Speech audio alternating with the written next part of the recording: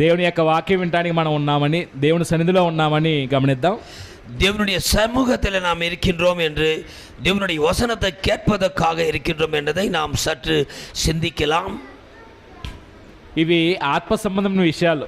இவைகள் ஆவிக்குரிய సమాచారంగా. ఆత్మ సంబంధం మనసుతోనే మనం ఆలోచిస్తే తప్ప అర్థం చేసుకునే పరిస్థితి లేదండి. ஆவிக்குரிய மனதுடன் சிந்தித்தால் ஒழிய அதை நாம் புரிந்து கொள்ள முடியாது. కీర్తనకారుడు అంటాడు, నీ వాక్యము నా పాదము దీపము, నా త్రోవ వెలుగే ఉన్నది అంటాడు. உன்னுடைய வசனம் என் பாதங்களுக்கு தீபமும் என்னுடைய கால்களுக்கு வெளிச்சமுமாக இருக்கிறது என்று சங்கீதக்காரன் சொல்லுகிறான். ఎలా వెలుగు దేవుని వాక్యము? எப்படி தேவனுடைய వசనமானது வெளிச்சம்? వెలుగు అంటే అక్షరార్థంగా మనము టార్చ్ నుంచో లేకపోతే సూర్యుడి నుంచో వచ్చే కిరణాలు మనకేం చేస్తున్నాయి, ఒక వస్తువు మీద రిఫ్లెక్ట్ అయ్యి పడినప్పుడు ఆ వస్తువుని ఏం చేస్తున్నాయి, మనకి ఐడెంటిఫికేషన్ ఇస్తున్నాయి. வெளிச்சமானது ஒரு பொருள் மேலே விழுந்த பிறகு நம் கண்களுக்கு அது காட்சி அளிக்கிறது, அது இந்த பொருள் என்பதை நமக்கு கண்டு வருகிறது. ఎప్పుడైతే అవి రిఫ్లెక్ట్ అయ్యి మన కొంచెంకు అందుతుందో అది పలానా వస్తువు అని ఏం చేస్తున్నాం, గుర్తిస్తున్నాం. எப்பொழுது அந்த வெளிச்சமானது அந்த பொருள் மேலே விழுந்ததோ அது இன்னதென்று நாம் அதை అడయాళం గడిపోం, కండుపిడిపోం. దేవుని వాక్యం కూడాను మనం ఎలా నడుచుకోవాలో సరైన త్రోవ తెలియనప్పుడు, మనం ఎలా బ్రతకాలో సరైన మార్గం తెలియనప్పుడు, సరైన జీవితం తెలియనప్పుడు ఇలా బ్రతకాలని ఏది చూపించిద్దండి. தேவனுடைய வசனமானது நமக்கு சரியான வழி தெரியாது இருக்கும் பொழுது, எப்படி வாழ்க்கையை நடத்துவது என்பது அறியாது இருக்கும் பொழுது, எது நமக்கு தேவனுடைய இப்படிதான் நீ தேவனுக்கு பிரியமாக நடந்து கொள்ளணும் என்றது காண்பிக்கிறது எது? నేను ఎలా ప్రేమించాలో ఏది నేర్పిద్ది నాకు? உன்னை எப்படி நான் உன்னிடத்தில் அன்பு கூறணுமோ எது எனக்கு கற்றுத்தரும்? ఎలా క్షమించాలో ఎలా నేర్చుకుంటాను, ఎక్కడ నేర్చుకుంటాను? எப்படி நான் మన్నిக்கணுமோ எங்கிருந்து நான் కற்றுకొల్లుவோம்? అందుకు వాక్యం వినే విషయంలో హెబ్రీలకు ఇచ్చినటువంటి ఒక చిన్న హెచ్చరిక ఏంటంటే, எனவே தான் வசனத்தை கேட்பதன் விஷயத்தில் எபிரேயருக்கு சொன்னப்பட்ட விஷயம் என்னவென்றால், వాక్యం వినే విషయంలో మందులుగా ఉండకూడదు అంటాడు. வசனத்தை கேட்கிற விஷயத்தில் అసదియాయి ఇరాదిరుంగల్ என்று சொல்லப்பட்டிருக்கிறது. అంటే మందులు కూడా ఉంటారా వాక్యం వినే విషయంలో? అసైదియాగ இருப்பவர்களும் இருப்பார்களா వసన விஷயத்தில்? అంటే అన్ని స్థాయిలు ఒకేలాగా ఉండవు. எல்லா వినేవారి స్థాయి అన్ని స్థాయిలు ఒకేలాగా ఉండవు. எல்லாருடைய நிலை ஒரே மாதிரியாக இராது, ఉపదేశిக்கிறவர்களும் மற்றும் கேட்கிறவர்களும். కాబట్టి మనకు అందుతున్న విషయాలు ఏదైతే మనకు అందుతున్నాయో ఆ విషయాన్ని అర్థం చేసుకుందాం. అలా బ్రతికే విషయంలో ఒకరికొకరు ఏం చేద్దామంటే పురుకొల్పుకుందాం. நாம் வாசிக்கிற மற்றும் கற்றுக்கொள்கிற விஷயங்கள் எவைகளோ அவைகள் மேலே மனதாய் இருந்து அவைகளை நாம் கற்றுக்கொண்டு அன்றாட வாழ்க்கையில் பயன்படுத்துவோமாக. ప్రస్తుతం లోకంలో దేవుని రాజ్యాన్ని గురించినటువంటి స్పష్టమైన అవగాహన లేదు అనేది సహోదరులు ఉదయం మాట్లాడారు. இப்பொழுது உலகத்தில் நிலை பார்க்கும் பொழுது தேவனுடைய ராஜ்யத்தை குறித்த அறிவு எட்டாத இருக்கிறது. క్రైస్తవ్యంలో కూడా భిన్నమైన అభిప్రాయాలు ఉన్నాయి దేవుని రాజ్యాన్ని గురించి. கிறிஸ்தவர்களுக்குள்ள అనేక విధமான తవరాన కరుతుகள் உண்டு. క్రీస్తు యొక్క సంఘమైన మనకి దేవుని రాజ్యం గురించి ఎంత అవగాహన ఉంది? கிறிஸ்துவின் சபையாராகிய நமக்கோ தேவனுடைய ராஜ்யத்தை குறித்து மிக சிறப்பாக தெரிகிறது. ఆ రాజ్య సంబంధుల యొక్క జీవిత విధానం లోకానికి మనం ఎలా చూపించగలుగుతున్నాము, அந்த ராஜ்யத்துக்கு உட்பட்டவர்களுடைய வாழ்க்கை எப்படி இருக்குது என்பதை நாம் உலகத்துக்கு காண்பிக்கிறோம் అనే విషయాలు ఈ మధ్యన జాగ్రత్తగా ఆలోచించడానికి ప్రయత్నం చేద్దాం. இப்பொழுது இந்த மத்தியான வேளையில அதை குறித்து தான் நாம் சற்று தியானிக்க இருக்கிறோம். రాజ్యము అనే మాటకి అర్థం చూసాం. రాజ్యం మాటకి అర్థం రాజ్యం என்பதற்கு ஒரு అర్థం பார்த்தோம். రాజ్యము అనే మాట ఏలుబడిని సూచిస్తుంది. రాజ్యం என்பதை இரண்டு கருத்துக்களை காண்பிக்கிறது. పరిపాలన సూచిస్తుంది, ஆளுகை செய்கிறது, ராஜரிகம் செய்கிறது. అప్పుడు దేవుని రాజ్యం అంటే దేవుని పరిపాలన, లేకపోతే దేవుని ఏలుబడి, లేకపోతే దేవుని యొక్క ఆధిపత్యము, దేవుని యొక్క ఆజమాయిషిని సూచిస్తుంది. தேவனுடைய ராஜ்யம் என்றால் தேவனுடைய ஆளுகை, தேவனுடைய ராஜரிகம், தேவனுடைய அரசாங்கம் என்று காண்பிக்கிறது. ఎక్కడ దేవుని చిత్తం అమలుపరచబడుతుందో అక్కడ ఆయన పరిపాలన ఉన్నట్టుగా మనం ఉదయం నేర్చుకున్నాం. எந்த இடத்துல தேவனுடைய சித்தம் ஆளுகை செய்கிறதோ அந்த இடத்துல இருக்கிறவர்கள் தேவனுடைய ஆளுகைக்கு உட்பட்டு இருக்கிறார்கள் என்று நம்ம புரிந்து கொள்ளலாம். ఒకవేళ మత శాఖలకి దేవుని రాజ్యాన్ని గురించి అవగాహన లేని కారణం ఒకటి ఆలోచించవచ్చు. ఇక్కడ மதசார்பற்றவர்களுக்கு தேவனுடைய ராஜ்யத்தை குறித்து அறிவு இல்லாததுக்கு காரணம் என்று நாம் பார்க்கலாம். మత శాఖలో దేవుని ఇష్టానుసారంగా కాకుండా వారి ఇష్టానుసారంగా క్రమంగా నడుస్తూ ఉన్నారు. தேவனுடைய சித்தத்தின்படி அல்லாமல் அவர்களுடைய சொந்த சித்தத்தின்படியே அவர்கள் அருமையாக நடந்து கொண்டு இருக்கிறார்கள். అందుకే వారి క్రమంలో నడుచుకుంటూ డినామినేషన్గా విభజించబడుతూ ఉన్నాయి. அவர்களுடைய தனிப்பட்ட ஒழுங்குமுறையிலே அவர்கள் நடந்து கொண்டு அது பிரிவினத்தார் மத பிரிவினத்தாராக முன் சென்று கொண்டு போகிறார்கள். మనకి దేవుని రాజ్యం అర్థమైనప్పుడు ఆయన పరిపాలన కింద ఉండే విషయంలో మనం ఉదయం నుంచి సత్యవాక్యాన్ని సరిగా విభజించి చదువుతున్నప్పుడు தேவனுடைய ராஜ்யத்தை குறித்து நாம் தியானிக்கும் பொழுது அதை குறித்து உண்மையான மைய கருத்தை நாம் புரிந்து கொண்டு இப்பொழுது தியானித்து கொண்டிருக்கும் பொழுது దేవుడు సకలిగల రాజు అనే విషయాన్ని తిమోతి పత్రికలో పౌలు చెప్పినట్టుగా మనం చూసాం. தேவன் சர்வ யுகங்களில் அவர் அரசனாக இருக்கின்றார் என்று 1 திமோத்தியிலே சொல்லப்பட்டிருக்கிறது. అప్పుడు దేవుని యొక్క పరిపాలన, ఆయన రాజరికం, ఆయన ఏలుబడి, தேவனுடைய ஆளுகை, அவருடைய ராஜரிகம் శక్తి చేత పరిపాలిస్తున్నాడు, ప్రేమ చేత పరిపాలిస్తూ ఉన్నాడు. வல்லமையால அவர் ஆளுகை செய்து கொண்டிருக்கிறார், அன்புடன் அவரோடு ஆளுகை செய்து கொண்டிருக்கிறார். శక్తి చేత పరిపాలించబడుతున్నప్పుడు మన ఇష్టాయిష్టాలతో సంబంధం లేదు దేవునికి. அவருடைய சக்தி கொண்டு வல்லமை கொண்டு ஆளுகை செய்யும் பொழுது நம்மளுடைய இஷ்டத்துக்கு அவர் அதை கனமாக எடுத்துக்கொள்வதில்லை. ప్రేమ చేత పరిపాలించబడుతున్నప్పుడు మన ఇష్టపడి పరిపాలనకు లోబడుతున్నాం కాబట్టి அன்பினால் அவர் ராஜரிகம் பண்ணும் பொழுதோ நாம் விரும்பி அவருடைய ஆளுகைக்கு உட்பட்டிருக்கிறோம். ஆகவே అప్పుడు దేవుని యొక్క పరిపాలన కింద దేవుని కుమారులుగా బ్రతికే వాతావరణం ఉంటుంది. அப்பொழுது தேவனுடைய ஆளுகைக்கு கீழே தேவன் விரும்பின విధமாக நடந்து கொள்ள ஒரு வாய்ப்புண்டு. ఈ విషయాలన్నీ ఉదయకాల సెక్షన్లో మనం నేర్చుకున్నాం. இவைகளை குறித்து కాళీలో நாம் సற்று ధ్యానితోం. ఇంకో చిన్న విషయం ఏంటంటే సకలయుగల రాజు అన్నప్పుడు బైబిల్ని విభజించి చదువుతుంటే అది సృష్టి తర్వాత, సృష్టి ప్రారంభం నుంచి చూస్తున్నప్పుడు 3 కాలాలుగా మనం విభజిస్తున్నాం బైబిల్ని. தேவன் சர்வ யுகங்களிலே அவர் அரசனாக இருக்கிறார் என்று பார்க்கும் பொழுது சிருஷ்டிக்கு முன்பு இல்லை, சிருஷ்டித்த பிறகு நாம் பூமியில 3 காலங்களை குறித்து நாம் படிக்க போகிறோம். పితలయుగము, முற்பிதாக்களின் காலம், 2 ధర్మశాస్త్ర యుగము, நியாய பிரமாணத்தின் காலம், 3 క్రైస్తవ యుగము, క్రైస్తவர்களுடைய காலம். ఈ కాలానికి ముందున్నటువంటి పీరియడ్ ఏమన్నామంటే నిత్యత్వము. இதற்கு காலத்துக்கு முன்னே இருந்த காலத்தை நித்தியத்துவம் என்று அழைக்கப்பட்டது. నిత్యత్వంలో దేవుడు రాజుగా ఉన్నాడు. இந்த நித்தியத்திலே தேவன் அரசனாக இருந்தார்.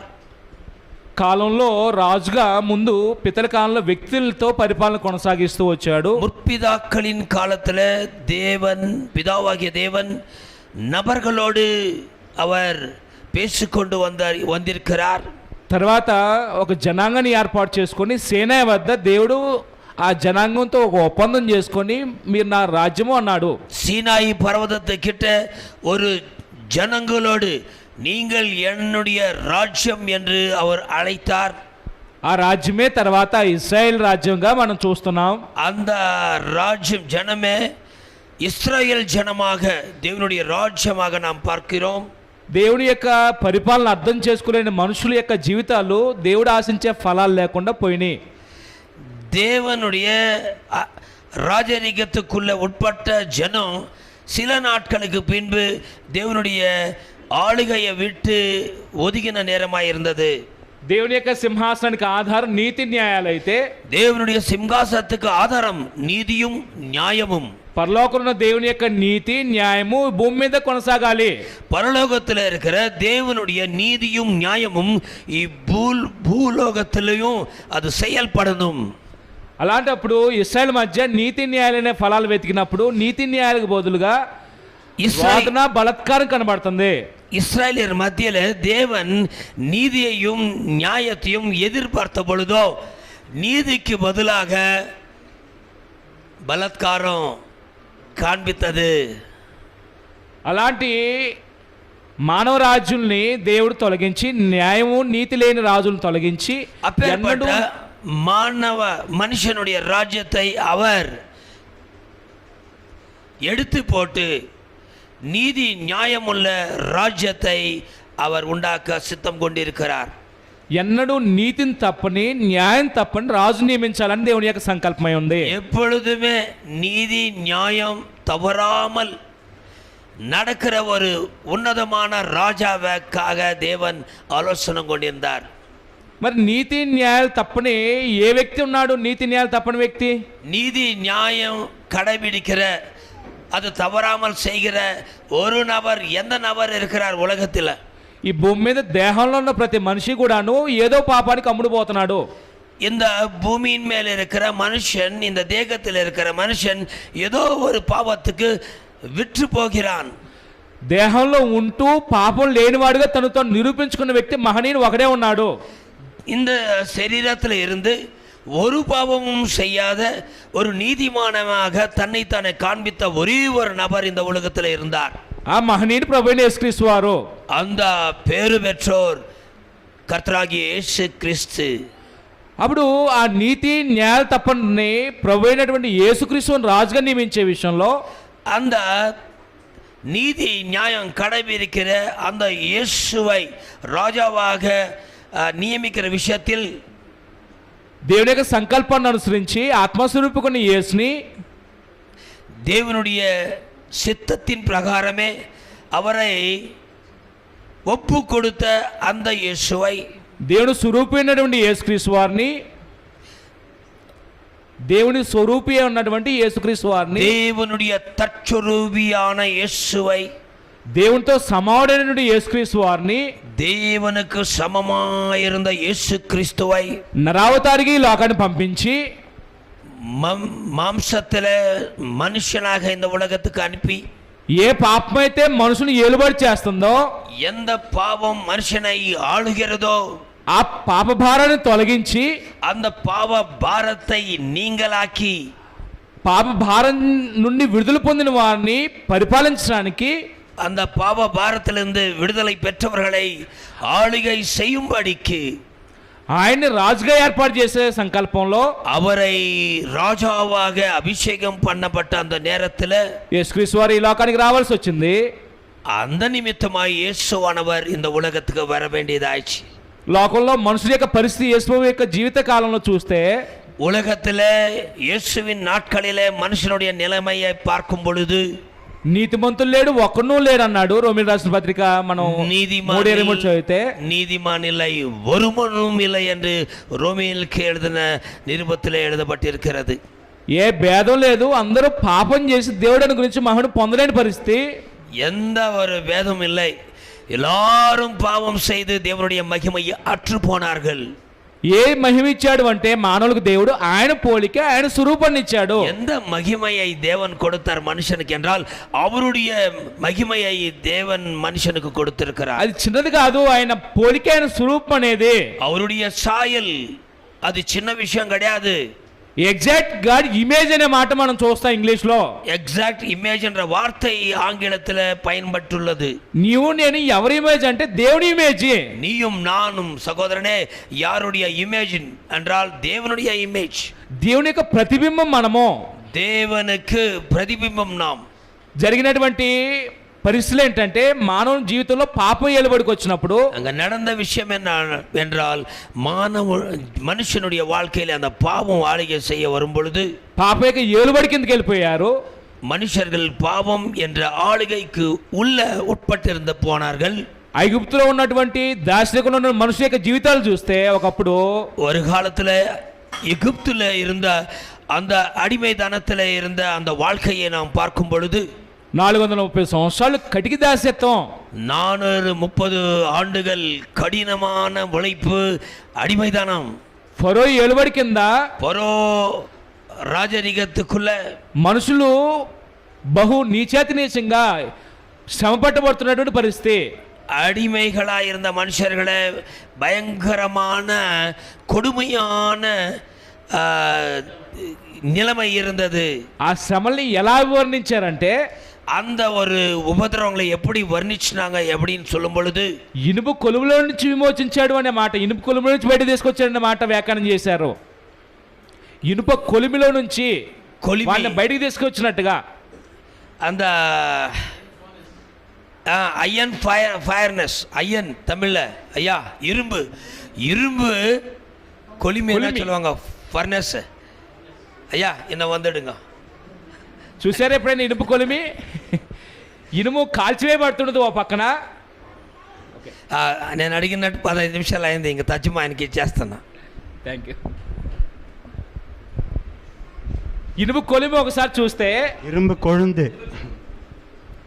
கொழுந்து ஒரு முறை பார்த்தீர்களானால், చూసారా ఎప్పుడైనా? எப்பயாவது பார்த்துருக்கீங்களா அயன் ஃபேக்ட்ரியில் ఒక కొల్లేో కత్తో లేకపోతే ఒక గొడ్డలో తయారు చేస్తున్నప్పుడు ஒரு கத்தியோ ஒரு கொள்ளோ ஏதோ ஒன்று ஒரு இரும்புல செய்யும்பொழுது ஒரு பக்கத்திலே అగ్ని చేత కాల్చివేయబడుతూ ఉంటుంది. நெருப்பில் அது பற்ற வைக்க ஃபுல்லாக எரிந்திருக்கும். దాన్ని సుత్తుపెట్టి కొట్టబడుతూ ఉంటుంది ఓ పక్క నుంచి. அதை ஒரு பக்கத்திலிருந்து சுத்தியில அடிப்பார்கள். అలాంటి శ్రమలో ఇశ్రాయేల్ ఐగుప్తులో 430 సంవత్సరాలు అనుభవించిన పరిస్థితి. அப்படி இஸ்ரவேலர் ஐகுப்திலே எகிப்திலே கஷ்டப்பட்டு கொண்டிருந்தார்கள். అలాంటి దుస్థితి నుంచి దేవుడు అద్భుతంగా ఏం చేశాడు? அந்த కష్టத்திலிருந்து அவர்களை விடுதலை செய்தார். ఫరో యొక్క అధికారం నుంచి బయటికి తీసుకొచ్చినప్పుడు, ஒரு அதிகாரியை கொடுத்து அவரை வெளியே கொண்டு வரும் பொழுது, తీసుకొచ్చే క్రమంలో ఎర్ర సముద్రం వచ్చింది. கொண்டு வரும் பொழுது ఫరో తన అభిప్రాయాన్ని ఆలోచన మార్చుకొని మళ్ళీ వాళ్ళని వెనక్కి తీసాడని ప్రయత్నం చేసినప్పుడు சிவசமுத்திரம் வருகிறது. அவர்கள் மனது மாறி சிவசமுத்திரம் வந்துவிடுகிறது. இவர்கள் போகும்பொழுது அப்பொழுது பழம் மறுபடியும் மனது மாறி அவன் வருகிறான் இவர்களை அடிப்பதற்காக. దేవుడు అద్భుతంగా అక్కడ ఎర్ర సముద్రాన్ని ఏం చేశాడండి? தேவன் அற்புதமாக அங்கே చేసుకొని వచ్చాడు. சிவசமுத்திரத்தை இரண்டாக பிளந்தார் என்று பார்க்கிறோம்.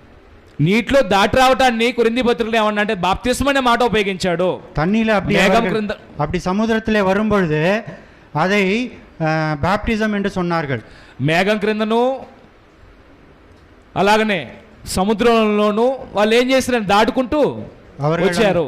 மேக ஸ்தம்பம் மற்றும் கடல் பிளந்த மத்தியிலே வந்து கொண்டிருந்தார்கள். ఆ సందేశాన్ని అక్కడ బాప్తిస్మంతో పోల్చాడు.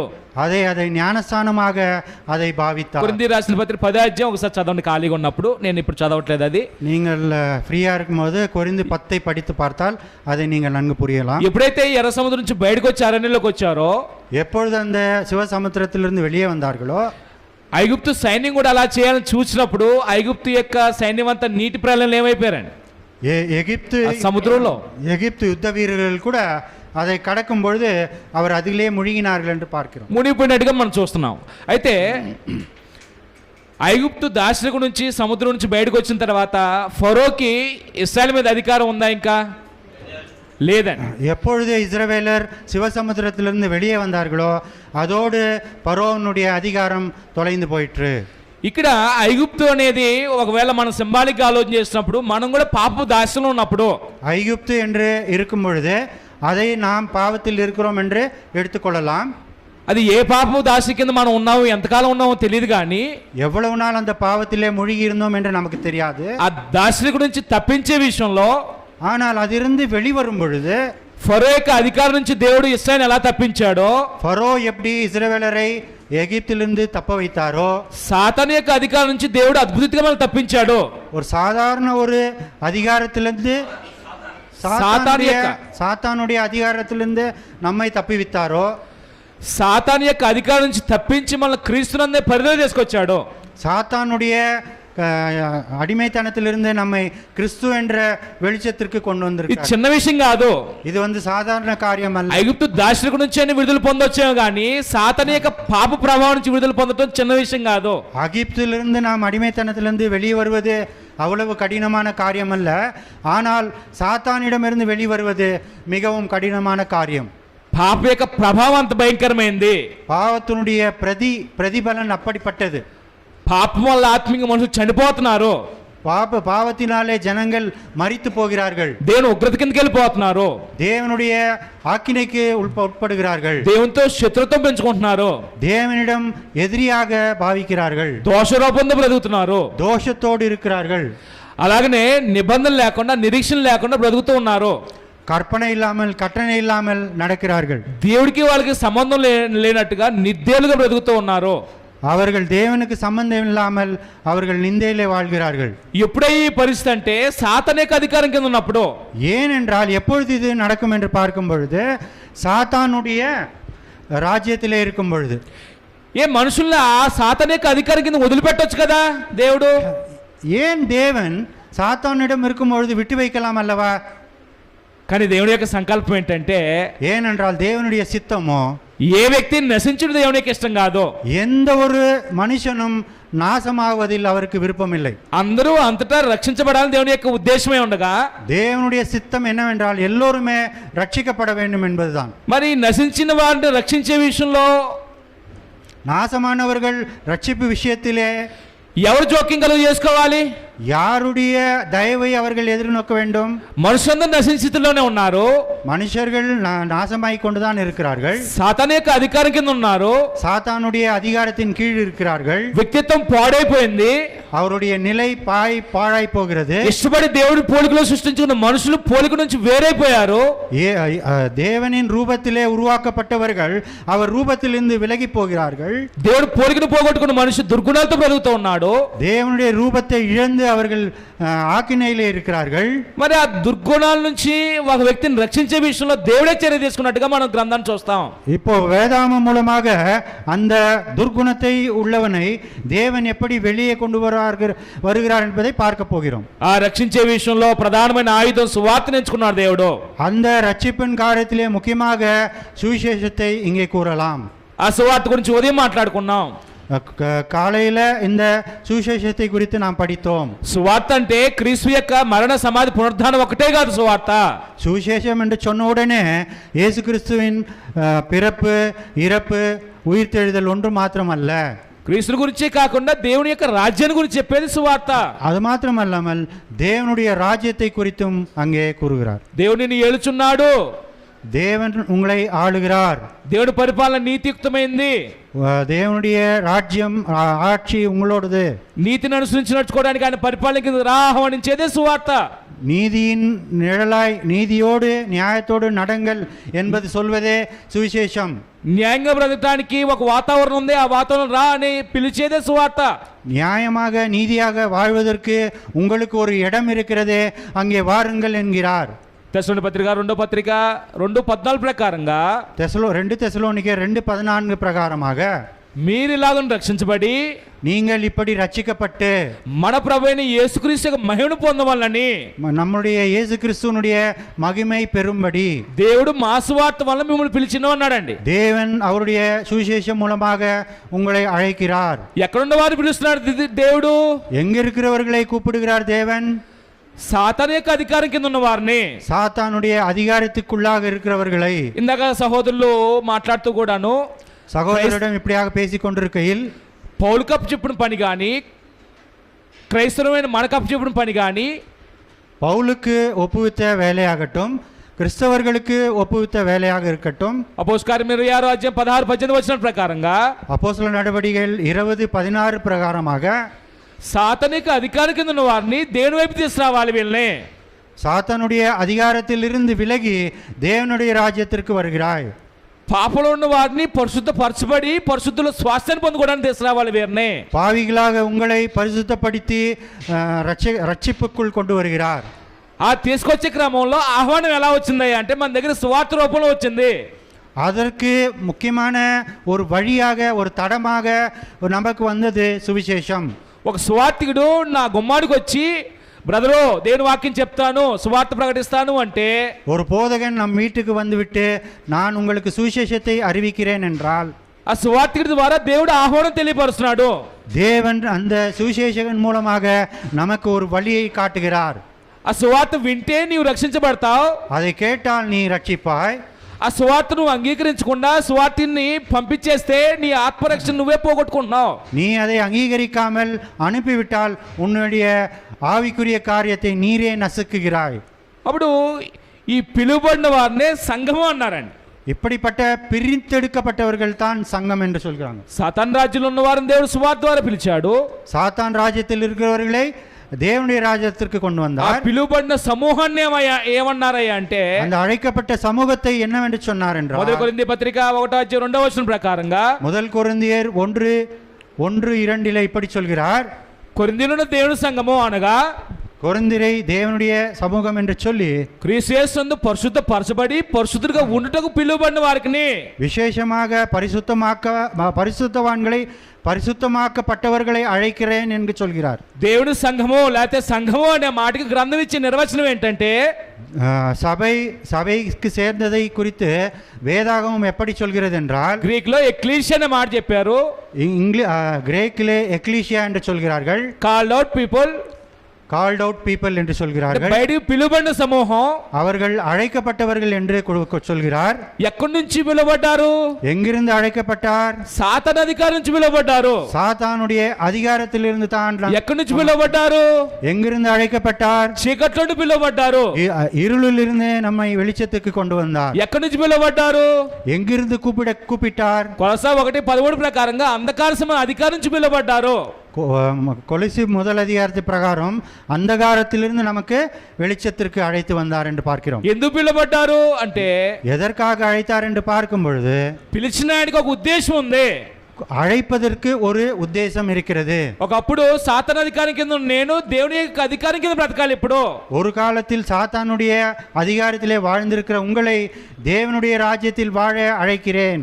ఒకప్పుడు చీకటి సంబంధమైన జీవితం జీవించే నేను వెలుగు సంబంధంలో బ్రతకాలి. ஒரு காலத்திலே நான் இருளிலே வாழ்க்கை நடத்தி கொண்ட நான் அவனை வெளிச்சத்திலே கொண்டு வந்தேன். చీకటి సంబంధమైన జీవితం వేరు, వెలుగు సంబంధమైన జీవితం వేరు. இருட்டிலே வாழ்கிற வாழ்க்கை வேறு, வெளிச்சத்தில் வாழ்கிற வாழ்க்கை வேறு. దేవుడు వెలుగే ఉన్నాడు, ఆయన యందు ఎంత మాత్రం చీకటి లేదు అంటాడు యోహాను రాసిన పత్రికలో. தேவன் வெளிச்சமாய் இருக்கிறார், அவரில் ஒரு விதத்திலும் இருள் இல்லை என்கிறார். చీకటికి వెలుగుకి ఆత్మీయ అర్థాలు చెప్పాడు యోహాను పత్రిక 2వ అధ్యాయంలో మొదటి పత్రిక. யோவான் 2ஆம் அதிகாரத்திலே இருளுக்கும் வெளிச்சத்துக்கான விரிவாக்கத்தை சொல்கிறார். నా సహోదరుని ద్వేషించడం చీకటే, என்னுடைய சகோதரனை நான் வெறுக்கிறது இருள். నా సహోదరుని ప్రేమించడం వెలుగు. நான் என்னுடைய சகோதரனை స్నేహితాల్ అది வெளிச்சம். సత్యం మాట్లాడటం చీకటి వెలుగు సంబంధమైన జీవితం. సత్యத்தை பேசுவது வெளிச்சத்திற்கான காரியம். అయితే నా జీవితంలో అబద్ధం ఏలుబడి చేస్తుంది. ஆனால் என்னுடைய ஜீவிதத்திலே பொய்யானது என்ன சொல்கிறது? ఆ అబద్ధమే చీకటి, பொய் தான் இருள் என்றும். ఇలాగ ఒకసారి మీ అంతరాత్మ పరిశీలన చేసుకుంటే చీకటి సంబంధమైన జీవితం ఒక పక్క ఉంది, వెలుగు సంబంధమైన జీవితం ఒక పక్క ఉంది, సాతాను అధికారం ఒక పక్క ఉంది, దేవుని అధికారం ఒక పక్క ఉంది, అంధకారం ఒక పక్క ఉంది, దేవుడు కుమారుడు క్రీస్తు యొక్క పరిపాలన వాతావరణం ఒక పక్క ఉంది. இப்படி நீங்கள் இருள் பொய் என்று நினைத்து கொள்ளும் பொழுது இருளானது சாத்தானுடைய రాజ్యమాகவும் வெளிச்சமானது దేవునుடைய రాజ్యమాகவும் இருக்கும். అయితే ఒకసారి ఆత్మపరిశీలన చేసుకుంటే నేను ఎక్కడున్నాను ఈ రెండు ప్లేసుల్లో? இப்பொழுது நீங்கள் உங்களையே சோதித்துக் கொள்ளுங்கள், நீங்கள் இந்த இரண்டு இடத்திலே எங்கே இருக்கிறீர்கள் என்று. ఒకవేళ చీకట్లో ఉన్న నా అంతరాత్మ నా గురించి సాక్ష్యం ఇస్తుంటే, ஒருவேளை நான் இருட்டிலே இருக்கிறேன் என்று எனக்கு புரிந்தால், ఆ చీకటి సంబంధమైన జీవితం నుంచి విడుదల పొందాలి అంటే, அதிலிருந்து நான் விடுதலை பெற வேண்டும் என்றால், దేవుడితో సంబంధం ఏర్పడాలి అంటే, தேவனோடு நமக்கு சம்பந்தம் ஏற்பட வேண்டும் என்றால், దేవునితో సహవాసం జట్టు కట్టాలి అంటే, தேவனோடு நம்முடைய சந்தம் கட்டுப்பட வேண்டும் என்றால், నీటి మూలంగా ఆత్మగా జన్మించాలి, நீதி மூலமாகவும் ஆவிக்குரிய காரியத்திலும் நாம் ஜீவிக்க வேண்டும், బాప్తిసం పొందాలి. దాని యొక్క అర్థము ஞானஸ்நானம் பெற வேண்டும். బాప్తిసం పొందిన వ్యక్తిని క్రీస్తు సంఘ సభ్యుడు అంటున్నాడు. ஞானஸ்நானம் பெற்றவர்களை கிறிஸ்துவின் சபையார் என்கிறோம். ఆ పిలువబడిన సమూహాన్ని సంఘం అన్నప్పుడు அழைக்கப்பட்டவர்களை நாம் சபை என்று சொல்லும் பொழுது రాజ్యంలోకి బాప్తిసం ద్వారాను సంఘంలోకి బాప్తిసం ద్వారాను వస్తున్నాం. ராஜ்யத்திற்கும் சபைக்கும் நாம் ஞானஸ்நானம் மூலமாக வருகிறோம். దీన్ని బట్టి కొత్త నిబంధన భాషా ప్రయోగం మీరు జాగ్రత్తగా అర్థం చేసుకుంటే இப்படியாக புதிய ஏற்பாட்டின் முறையிலே நாம் புரிந்து கொள்ள வேண்டுமென்றால் సంఘమే దేవుని యొక్క రాజ్యము అనేది స్పష్టంగా అర్థమవుతుంది. நமக்கு சபைதான் தேவனுடைய ராஜ்யம் என்று நிச்சயமாக நமக்கு தெரியும். అప్పుడు ఈ రాజ్యానికి రాజు ఎవరు అని చూస్తే இப்படி இருக்க இந்த ராஜ்யத்திற்கு ராஜா யாராக இருக்க முடியும்? మనం ఉదయం నుంచి చెప్పుకున్నటువంటి విషయాల్లో దేవుడు సకలయుగాల రాజుగా ఉన్నాడు. நம் காலையிலே இப்படியாக சொன்னோம், சதா காலங்களிலும் தேவன் ராஜாவாக இருக்கிறார். అప్పుడు దేవుడు కుటుంబ పెద్దల ద్వారా పరిపాలించాడు పితర కాలంలో. தேவன் பிதாக்களின் முற்பிதாக்களின் காலமாக வழி நடத்தி வந்தார். మోషే ద్వారా ధర్మశాస్త్రం ఇచ్చినప్పుడు యేసుక్రీస్తు యొక్క మరణం వరకు ఇశ్రాయేల్ని ధర్మశాస్త్రమైన చట్టం ఇచ్చి పరిపాలించాడు జనాంగాన్ని. இஸ்ரவேலை நியாய பிரமாணம் என்ற முறையிலே மோசையின் மூலமாக வழிநடத்தி வந்தார் கிறிஸ்து வரும் வரை. అయితే ఇప్పుడు మరొక ఆత్మ సంబంధమైనటువంటి పరిపాలన, இப்பொழுது மற்றொரு ஆவிக்குரிய ஆளுகை, ఆత్మ సంబంధ మనుషుల ద్వారా ஆவிக்குரிய மனுஷர்கள் மூலமாக దేవుడి యొక్క పరిపాలన కొనసాగించబోతూ ఉన్నాడు. தேவனுடைய அரசாட்சியானது வழி நடந்து கொண்டு வருகிறது. ఆత్మ సంబంధ ప్రజలు ఎవరయ్యా అంటే ஆவிக்குரிய ஜனங்கள் யாராக இருக்குமேனால் ఆత్మ సంబంధంగా జన్మించిన వారు, ஆவியின் முகமாக ஜென்மம் எடுத்தவர்கள். ఎలా జన్మించారయ్యా వీళ్ళంటే எப்படி ఇవர்கள் జన్మిத்தார்கள் என்று பார்க்கும் பொழுது యాకోబు 1:17 ప్రకారంగా, యాకోబు 1:17 ప్రకారமாக தேவன் తాను సృష్టించిన సృష్టిలో தான் சிருஷ்டித்த சிருஷ்டியிலே ప్రథమ ఫలముగా ఉండునట్లు முதற் பலனாக இருக்கும்படி తన సత్యవాక్యం ద్వారా తన సంకల్ప ప్రకారం కనెను అన్నాడు మనల్ని. நம் மரித்தவர்கள் மூலமாக அவருடைய சித்தத்தின் பிரகாரம் அதை சொல்கிறார். తన సంకల్ప ప్రకారంగా సువార్త మన దగ్గర తీసుకొచ్చాడు. பழைய பெற்றோர்கள் காலம் மூலமாக பெரியோர்கள் மூலமாக சுவிசேஷத்தை கொண்டு வந்தார். ఆ సువార్తను అంగీకరించి బాప్తిసం ద్వారా அதை అంగీకరిத்து நாம் ஞானஸ்நானம் பெறும்போது ఒక్క శరీరమైన సంఘంలోకి మనం బాప్తిసం పొందుతున్నామనే సంగతి మర్చిపోకూడదు. ஒரு புதிய சரீரமாக நாம் ஞானஸ்தானத்திலே உருவாகிறோம் என்பதை மறக்கக்கூடாது. మొదటి కొరింథీ 12:13 ప్రకారంగా, முதல் கொரிந்தியர் 12:13 பிரகாரமாக మనం యూదులమైన అన్యులమైన, நாம் யூதமானாலும் கிரேக்கரானாலும், స్త్రీ అయినా పురుషుడైనా సరే, ஸ்திரீயானாலும் புருஷனானாலும், ఒకవేళ భారతీయుడైనా పాకిస్తాన్ వ్యక్తి అయినా సరే, பாரதியனானாலும் பாகிஸ்தானாக ఏ இருந்தாலும், ప్రాంతవాసి అయినా ఏ భాషవాసి అయినా సరే, எந்த ஊரானாக இருந்தாலும், எந்த மொழி பேசுகிறவனாக இருந்தாலும், సువార్త విన్నప్పుడు சுவிசேஷம் கேட்கும் பொழுது ఆ సువార్త విధే చూపించి அந்த சுவிசேஷத்தின் நாம் கீழ்ப்படிந்து క్రీస్తు యొక్క అధికారాన్ని ఒప్పుకొని அதுக்கு நாம் இயேசுவுக்கு அடிபடங்கி క్రీస్తులోని బాప్తిసం పొందిన వ్యక్తి கிறிஸ்துவுக்குள் ஞானஸ்நானம் பெறுகிறவன் క్రీస్తుని ధరించుకుంటున్నాడు, இயேசுவை தரித்துக் கொள்கிறான். క్రీస్తుని శిరస్సుగా కలిగి ఆయన శరీరంలో ఒక అవయంగా చేర్చబడుతున్నాడు. அவரை தலையாக எண்ணி அவருடைய உடலிலே சரீரத்திலே அவயங்களாக சேர்க்கிறோம். ఇప్పుడు నీ రాజ్యము మారింది, ஒரு ராஜ்யத்தை குறித்து பார்த்தோம். నీ రాజ్య సంస్కృతి మారింది, உன்னுடைய நிலை மாறியது, నీ రాజు మారారు, உன்னுடைய ராஜாவும் மாறிவிட்டார். సాతాను అధికారం కింద ఉన్నప్పుడు స్వేచ్ఛ ఉంది. சாத்தானின் அதிகாரத்தில் இருக்கும் பொழுது கூட சில நிலைப்பாடுகள் இருக்கிறது. మన స్వేచ్ఛకి అద్దు అదుపు లేకుండా పోయింది ఒకప్పుడు. நம்முடைய நிலையானது படுமோசமாய் போய்விட்டது. కానీ క్రీస్తులోకి వచ్చిన తర్వాత ஆனாலோ கிறிஸ்துவுக்குள் வந்த பிரகாரம் స్వాతంత్రం ఉంది కదా అని అన్ని చేయదగదు అంటాడు.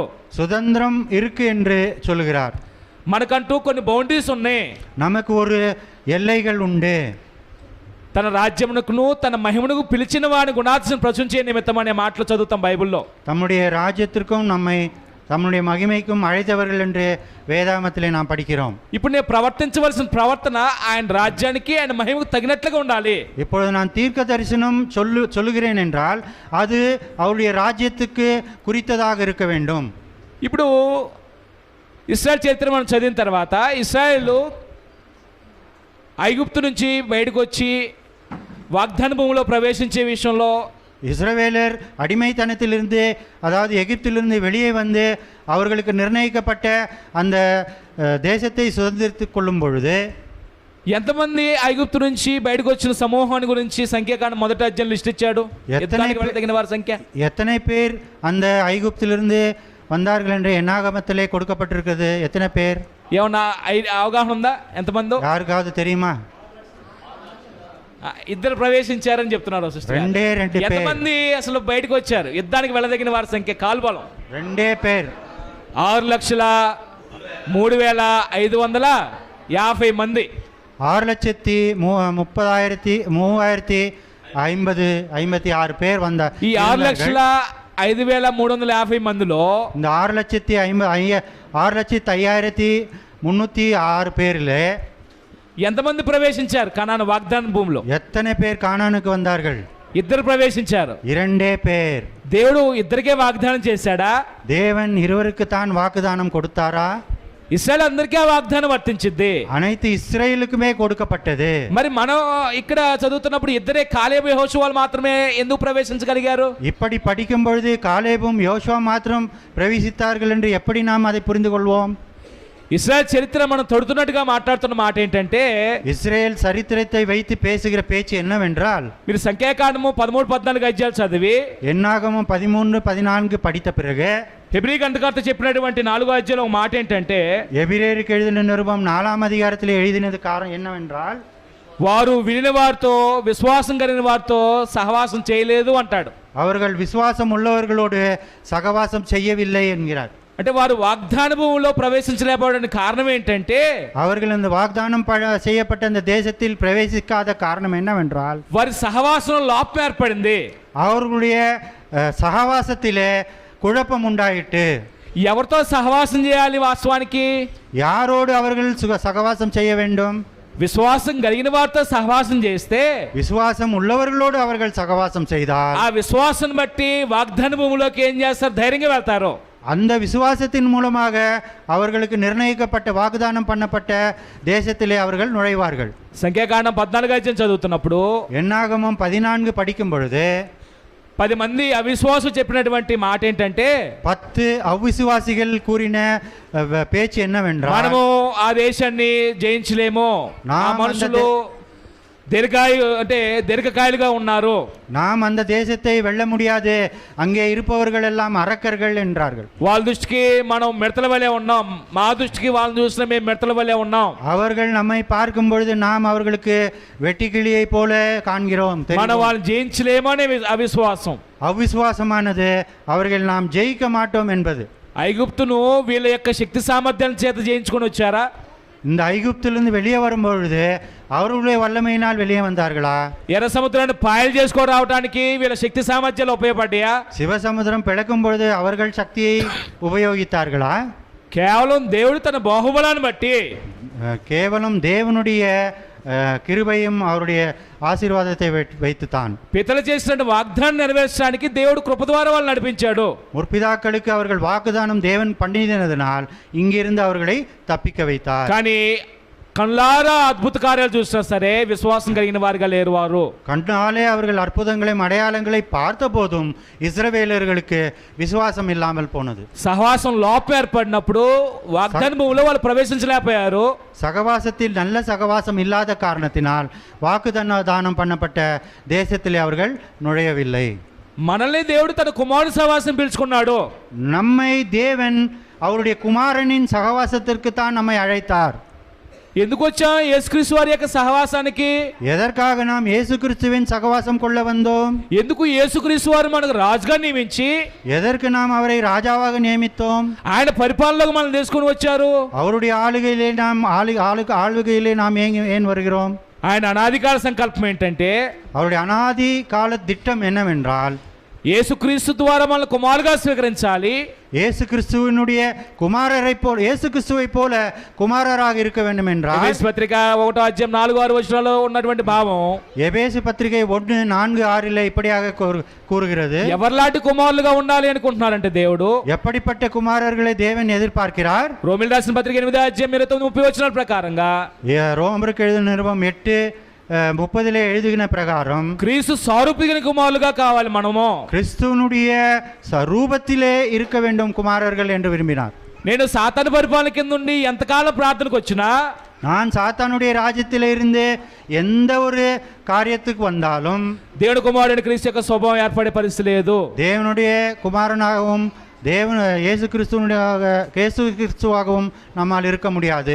ఉదయం మాట చెప్పాను, మళ్ళా చెప్తున్నాను, మనసు నొచ్చుకోవద్దు దయచేసి. நீங்கள் தப்பாக நினைக்க வேண்டாம். ஏற்கனவே இந்த வார்த்தையை சொன்னேன், மறுபடியும் உங்களுக்கு சொல்கிறேன். నేను క్రీస్తులోకి రాకుండా అంటే బాప్తిసం పొందకుండా ஞானசானம் பெறாமல் கிறிஸ்துவுக்குள் வராமல் ఎంతకాలం ప్రార్థనకు వచ్చిన యేసు యొక్క స్వభావం ఏర్పడదు నాలో. எவ்வளவு நாள் தான் நீங்கள் பிரார்த்தனை செய்து இயேசுக்குள் வர வேண்டும் என்று விரும்பினாலும், ప్రార్థన రావచ్చు, పాటలు పాడవచ్చు, చంద ఇవ్వచ్చు, పరిచయం చేయొచ్చు, ఎన్నైనా చేసినా సరే, ஜெபம் செய்ய முடியும், பாடல் பாட முடியும், காணிக்கை கொடுக்க முடியும், எந்த காரியம் வேண்டுமானால் செய்யலாம். కొన్నేళ్ళు లాంటి భక్తిపరుడుగా మిగిలిపోతాను.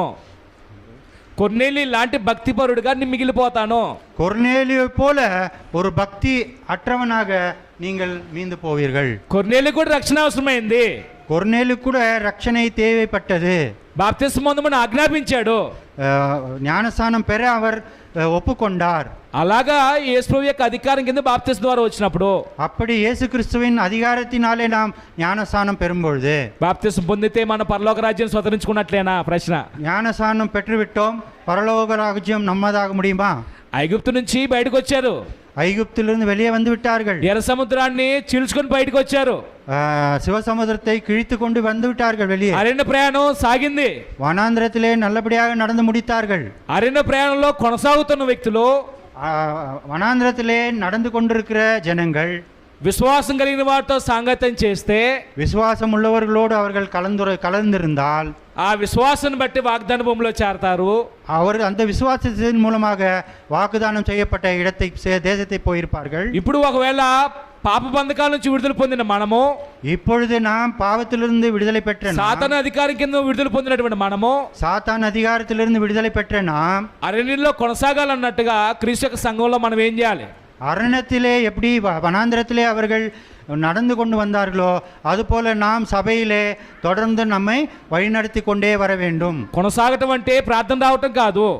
வழிநடத்தல் என்றால் வெறும் பிரார்த்தனை மாத்திரமல்ல. కొనసాగటం అంటే నీ జీవితానుభవంలో పరివర్తనలో మార్పు రావాలి. தொடர்ந்து நாம் வழி நடந்து கொண்டு வர வேண்டும் என்றால் நம்முடைய எண்ணங்கள் மாற்றம் தேவை. దేవుని రాజ్యం అనే అంశం ప్రధానమైన అంశం అయితే, தேவனுடைய ராஜ்யம் பிரதிஷ்டையானதாக நீங்கள் எண்ணினால், ఆ దేవుని రాజ్యమైన క్రీస్తు యొక్క సంఘంలో ప్రవేశించడానికి మారుమనసు ఒకటే మూలం.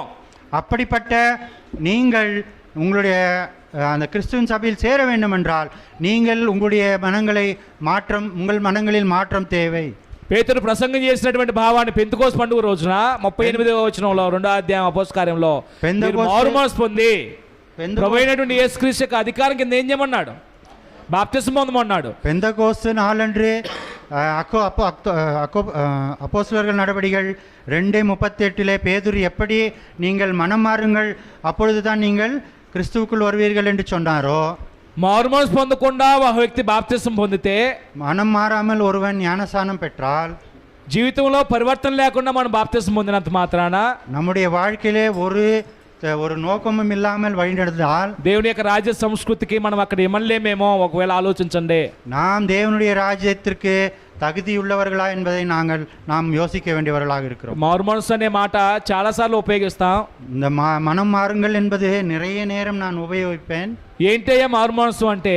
என்னையா அது மனம் மாறுதல் என்றால், ఎహెజ్కేలు గ్రంథము మనం 18:23 ప్రకారంగా చూస్తే, ఎహెజ్కేలు గ్రంథము 18వ అధ్యాయం 23వ వచనం ప్రకారంగా, ఎజెకియల్ 18:23 ప్రకారமாக, దుష్టుడు మరణం నొందుడు చేత నాకేమాత్రమైన సంతోషం కలుగునా, దుష్టుడు మరణం నొందుడు చేత నాకేమాత్రమైన సంతోషం కలుగునా, துன்மார்க்கன் மரணத்தின் மூலமாய் எனக்கு ஏதாவது சந்தோஷம் அடைவானா? వాడు తన ప్రవర్తన దిద్దుకొని బ్రతుకుటే నాకు ఆనందం అంటాడు దేవుడు. அவனை மாற்றிக்கொண்டு மனம் மாறுவதே எனக்கு சந்தோஷம் என்கிறார். అంటే మారుమనసు అంటే ప్రవర్తన దిద్దుకోవడానికి సంబంధించింది. மனம் மாறுதல் என்றால் நம்முடைய நிலையை மாற்றிக்கொள்வது, మన వైఖరి మార్చుకోవాలి, நம்முடைய வாழ்க்கையை ఆలోచనలు మార్చుకోవాలి, நம்முடைய யோசனைகளை மாற்றிக்கொள்ள வேண்டும். తలంపులు, అభిప్రాయాలు, సహవాసం వీటన్నిటిని మార్చుకొని దేవుడికి తగినట్లుగా నడుచుకోవడానికి, நம்முடைய சகவாசமாகட்டும் நம்முடைய தாளந்தாகட்டும் எல்லாவற்றையும் தேவன் வழியாக திருப்பி மனம் மாற வேண்டியவர்களாக இருக்கிறோம். ఆ దేవుని రాజ్యమైనటువంటి సంఘంలోకి, அப்படி தேவனுடைய ராஜ்யமாக கூறப்படுகிற இந்த சபையிலே ఈ గురితో రావాలి.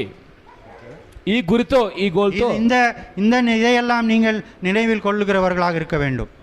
అప్పుడు ఆ అవగాహనతో మనం బాప్తిస్మం పొంది సంఘంలోకి వచ్చిన తర్వాత நாம் ஒரு மனதாக நாம் மனதை மாற்றிக்கொண்டு நாம் சபைக்குள்ளாக ஞானஸ்நானம் மூலமாக வரும்பொழுது దేవుడు క్రీస్తు ద్వారా మనకు పరిపాలన ఇచ్చినప్పుడు, தேவன் கிறிஸ்துவ மூலமாக நம்மளை ஆளுகை செய்யும் பொழுது క్రీస్తు యొక్క పరిపాలన కింద ఉన్నటువంటి మనకి దేవునికి, கிறிஸ்துவுக்கு கீழாக கிறிஸ்துவின் ஆளுகையில் இருக்கிற நமக்கும் தேவனுக்கும், మనకి సాటి మనుషులకి అయితే సహోదరులకి நம்முடைய சகோதரர்களுக்கு ఎలాంటి సంబంధ బాంధవులు ఏర్పడ్డాయో ఒకసారి మనం ఆలోచించగలగాలి. நமக்கிடையே இருக்கிற சம்பந்தத்தை குறித்து இப்பொழுது ஆலோசிக்கலாம்.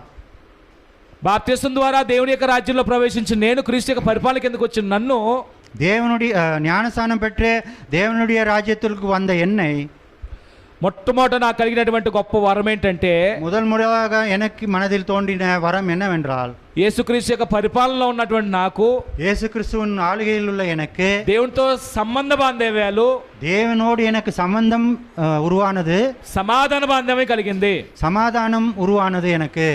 బైబిల్లో రోమిలకు రాసిన పత్రిక 5వ అధ్యాయం మనం చదువుతున్నప్పుడు ரோமருக்கு எழுத நிருபம் 5ஆம் அதிகாரத்தை படிக்கும் பொழுது 10-11 వచనాలు ఒకసారి చూద్దాం. 10-11 நாம் பார்க்கலாம். ரோமருக்கு எழுத நிருபம் 5ஆம் அதிகாரம் 10-11 వచనాల్లో 10-11 என்ன சொல்லுது பார்க்கலாம்.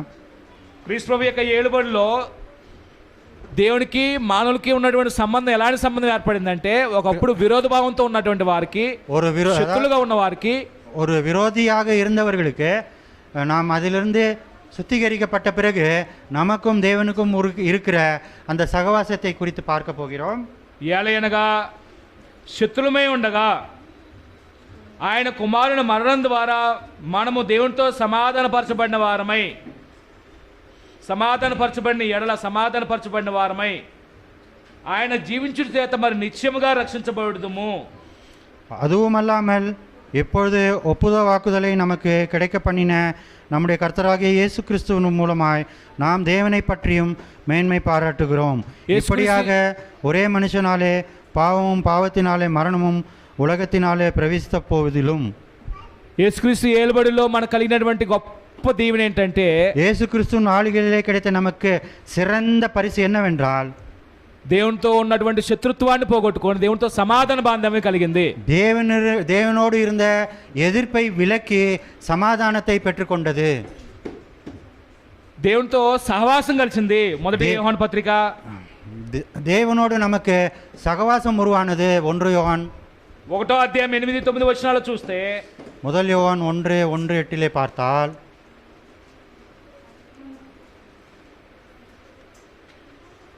మనము పాపం లేని వారమని చెప్పుకొని ఎడల మనమే మోసపుచ్చుకుందాము, మరియు మనలో సత్యం ఉండదు. మన పాపములను మనం ఒప్పుకొని ఎడల ఆయన నమ్మదగిన వాడును నీతిమంతుడు కనుక ఆయన మన పాపములను క్షమించి సమస్త దుర్నీతి నుండి మనల్ని పవిత్రగా చేయను.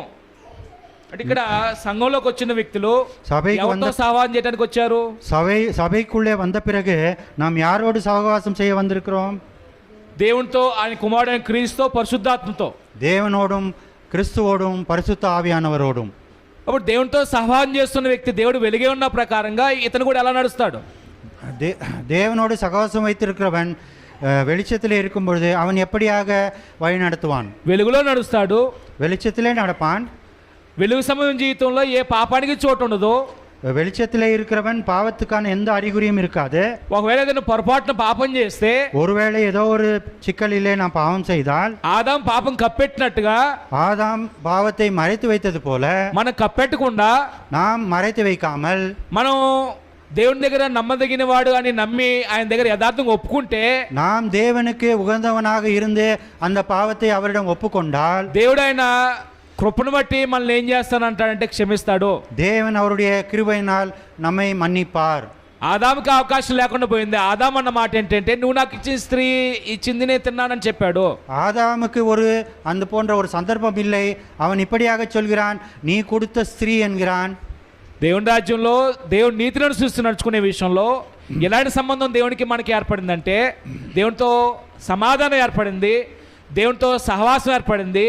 ఆ సహవాసంలో కొనసాగుతున్నప్పుడు పొరపాటు ఏదో తప్పు చేసినప్పుడు ఒప్పుకుంటే క్షమించబడే అవకాశం నాకు లభించింది. தேவனுடைய ராஜ்யத்திலே நாம் ஆளுகை செய்து கொண்டிருக்கும் பொழுது நாம் தெரிந்தோ தெரியாமலோ ஏதாவது ஒரு பாவம் செய்து விட்டால் அந்த பாவத்தை நாம் அறிக்கையிட்டு அதிலிருந்து மீட்டு வர வேண்டும். அது மாத்திரமல்லாமல் நாம் எப்படி ஆதாம் ஏவாளை போல பாவத்தை மறைத்து வைக்கக்கூடாது. అలాగనే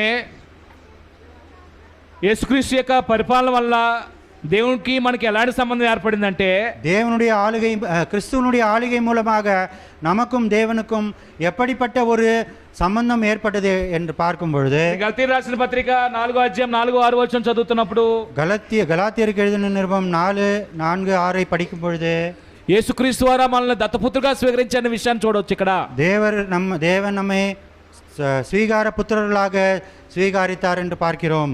అంటే ఈ వచనం ప్రకారంగా దేవునికి క్రీస్తు యొక్క ఏలుబడిలోకి వచ్చిన మనకి ఎలాంటి సంబంధం ఏర్పడిందంటే, இதன் மூலமாக தேவனுக்கும் நமக்கும் எது போன்ற உறவு ஏற்பட்டது என்று பார்க்கும் பொழுது తండ్రి కుమారుల సంబంధం, தகப்பன் குமாரன் என்ற சகவாசம்.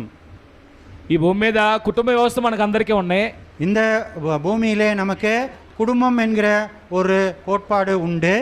ఎవరి కుటుంబాన్ని ప్రతిబింబించే కుటుంబంగా మన కుటుంబం ఉండాలని దేవుడు కోరుతూ ఉన్నాడు. எந்த குடும்பம் என் குடும்பத்தை போல என்னுடைய குடும்பம் போல இருக்க வேண்டும் என்று கோருகிறார்.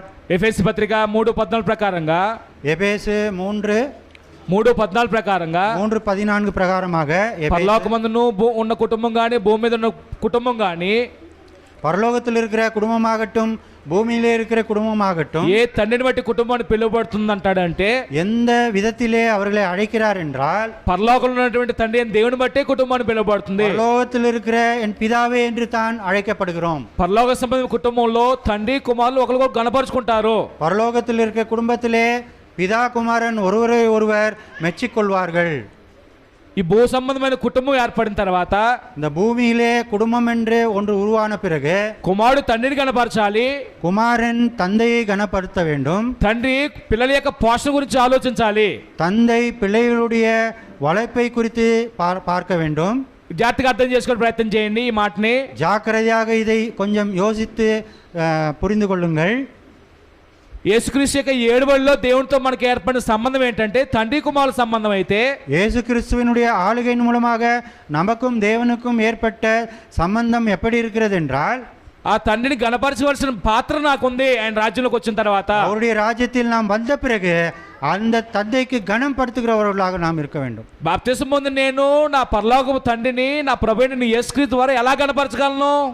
ஞானசானம் பெற்ற பிறகு என் பிதாவாகிய தேவனை எப்படி நான் இயேசு கிறிஸ்துவின் மூலமாய் அவரை கனப்படுத்த வேண்டும்? ఒకే ఒక మార్గం ఉంది గణపరిచే విషయంలో. அதற்கு ஒரே ஒரு வழிதான் இருக்கிறது. ఆయన ఆరాధించడం ద్వారా, அவரை ఆరాధిப்பதின் மூலமாக ఆయన నేను గణపరచగలను. அவரை நான் கனப்படுத்த முடியும். ఎలాగ ఆరాధించగలగాలి దేవుణ్ణి? எப்படி அவரை கனப்படுத்த முடியும்? దేవుడు ఆత్మ కనుక ఆయన ఆరాధించువారు ఆత్మతో సత్యంతో ఆరాధించాలని కోరుతున్నారు తండ్రి. தேவனை ஆராதிக்கும் பொழுது அவர் ஆவியாயிருப்பதால் அவரை ஆவியோடும் உண்மையோடும் சத்தியத்தோடும் ஆராதிக்க வேண்டும். యథార్థవంతులే ఆయన ఆరాధించాలని కోరుతూ ఉన్నాడు. యథార్థవంతులే ఆయన ఆరాధించాలని కోరుతూ ఉన్నాడు. அதாவது ஒரு யதார்த்தவன்னா ரொம்ப குற்றம் இல்லாதவன் தான் அவரை ஆராதிக்க முடியும். ఒకవేళ ఒకప్పుడు దేవుని ఆరాధించే విషయంలో నా మనసాక్షి దోషరూపంతో ఉండేదేమో, ஒரு சமயத்தில் தேவனை நான் ஆராதிக்கும் பொழுது என்னுடைய மனமானது கெட்ட எண்ணங்களை கொண்டிருக்கிறது. ఆ మనసాక్షి క్రీస్తు యొక్క రక్తంలో శుద్ధి చేయబడ్డప్పుడు, எப்பொழுது அந்த மனசாட்சியை கிறிஸ்துவின் ரத்தத்தினாலே நாம் சுத்திகரிக்கிறோமோ, క్రీస్తు యొక్క రక్తం నిర్మలమైన మనసాక్షి ఇచ్చింది. தேவன் நமக்கு நிலையான மனசாட்சியை கொடுத்திருக்கிறது. ఆ నిర్మలమైన మనసాక్షి ప్రత్యుత్తంతో దేవుని సన్నిధికి వచ్చి அந்த ஒரு நிரந்தரமான ஒரு நல்ல எண்ணத்தோடு நாம் సభைకి வந்து ఆ నిర్మలమైన హృదయంతో దేవుడిని నేను ఆరాధించుకోగలిగే భాగ్యం ఇచ్చాడు దేవుడు. அந்த ஒரு நல்ல எண்ணத்தோடு நான் தேவனை ஆராதிக்கிற எண்ணம் எனக்கு உண்டு. భూమి మీద మానవ రాజులు భౌతికంగా గొప్ప గొప్ప వాళ్ళు ఉన్నారు. உலக பிரகாரமான ராஜாக்களை பார்க்கும் பொழுது பெரிய பெரிய சக்கரவர்த்திகள் இருக்கிறார்கள். ఏ గొప్ప రాజు అయినా దేవుడితో ఇలాంటి సంబంధ బాంధవాన్ని కలిపాడా? எந்த ஒரு பெரிய சக்கரவர்த்தியாக அவன் இருந்தாலும் கூட தேவனோடு அவனுக்கு சம்பந்தம் இருக்காது. దేవునితో సమాధానపరచడం కానీ, அவரோடு சமாதானமாக இருக்கும், దేవునితో సహవాసం కలిగి ఉండటం కానీ, அவரோடு சகவாசம் கொண்டிருப்பதும், ఒకవేళ ఏదన్నా తప్పు చేసినప్పుడు దేవుని దగ్గర యథార్థంగా ఒప్పుకుంటే క్షమించడం కానీ, ஒருவேளை அவன் ஏதாவது தப்பு செய்து அதை நல்ல மனதோடு ஒத்துக்கொண்டால் ఆయన తండ్రిగా ఉండి ఆయన గణపరిచే భాగ్యం కానీ, அவர் தந்தையாக இருந்து அதை கனப்படுத்துவ காரியமாக இருந்தாலும், ఏ భౌతికమైన రాజైనా కలుగు చేశాడంటే లేదు కదా. எந்த ஒரு உலக பிரகாரமான காரியங்கள் இதை செய்யக்கூடாத விஷயமாக இருக்கிறது. ఆ పరలోక తండ్రి తన పిల్లలైన మన పట్ల, அந்த பரலோகத்தினுடைய தேவன் அவருடைய பிள்ளைகளாக நம்மை ఆయన చూపించే శ్రద్ధ ఏంటంటే తండ్రి పిల్లల యొక్క పోషణ గురించి ఆలోచిస్తాడు. அவர் எப்படி நம்மை பாதுகாக்கிறார் என்றால் நம்முடைய வாழ்வை குறித்து அவர் பார்க்கிறார். దేవుని రాజ్య సువార్త ప్రకటిస్తున్న ప్రభువైన క్రీస్తు వారు కొండ మీద ప్రవేశించిన ప్రసంగంలో, மலை பிரசங்கத்திலே கிறிஸ்துவானவர் சுவிசேஷம் அறிவிக்கும் போது, ఏమి తిందుమా ఏం త్రాగుదుమా నీ మీ దేహాన్ని గురించి ఏం చేయొద్దు అన్నాడు. అంటే మీ ప్రాణం గురించి ఏం చేద్దానన్న ముందు எதை குடிக்கலாமோ எதை தின்னலாமோ என்று உங்களுடைய சரீரத்தை குறித்து யோசிக்க வேண்டாம் என்று சொல்கிறார். ప్రస్తుతం మనుషుల యొక్క జీవన విధానంలో చింతంతా దేని గురించి అండి? ఏమి తినాలి, ఏమి త్రాగాలి, ఏం ధరించాలి, ఇవే కదా. பொதுவாக ஒரு மனுஷனானவன் எதை கொண்டு அதிக அவன் நினைப்பான் என்றால் அவன் ஆகாரத்தையும் அவன் எதை சாப்பிடலாம் என்றும் அவனுடைய வஸ்திரங்களை குறித்தே அவன் யோசனை செய்வான். ప్రభు అంటాడు, இயேசு இப்படி சொல்வார், దేహం కంటే ప్రాణం గొప్పది కాదా? தேகத்தை விட உயிர்ப்பு முக்கியமானதல்லவா? వస్త్రం కంటే దేహం గొప్పది కాదా? சரீரத்தை விட வஸ்திரத்தை விட சரீரம் பெரியது தானே. ఆహారం కంటే దేహం ప్రాణం గొప్పది కాదా? ஆகாரத்தை விட உயிரோடு இருப்பது நல்ல பெரிய காரியம் தான். ఆహారం ఇచ్చేది ఎవరండి? ஆகாரத்தை கொடுப்பது யார்? దేవుడు, தேவன். ఈ ఆహారం ఇచ్చే దేవుడు అయితే ప్రాణం ఎవరి చేతిలో ఉంది?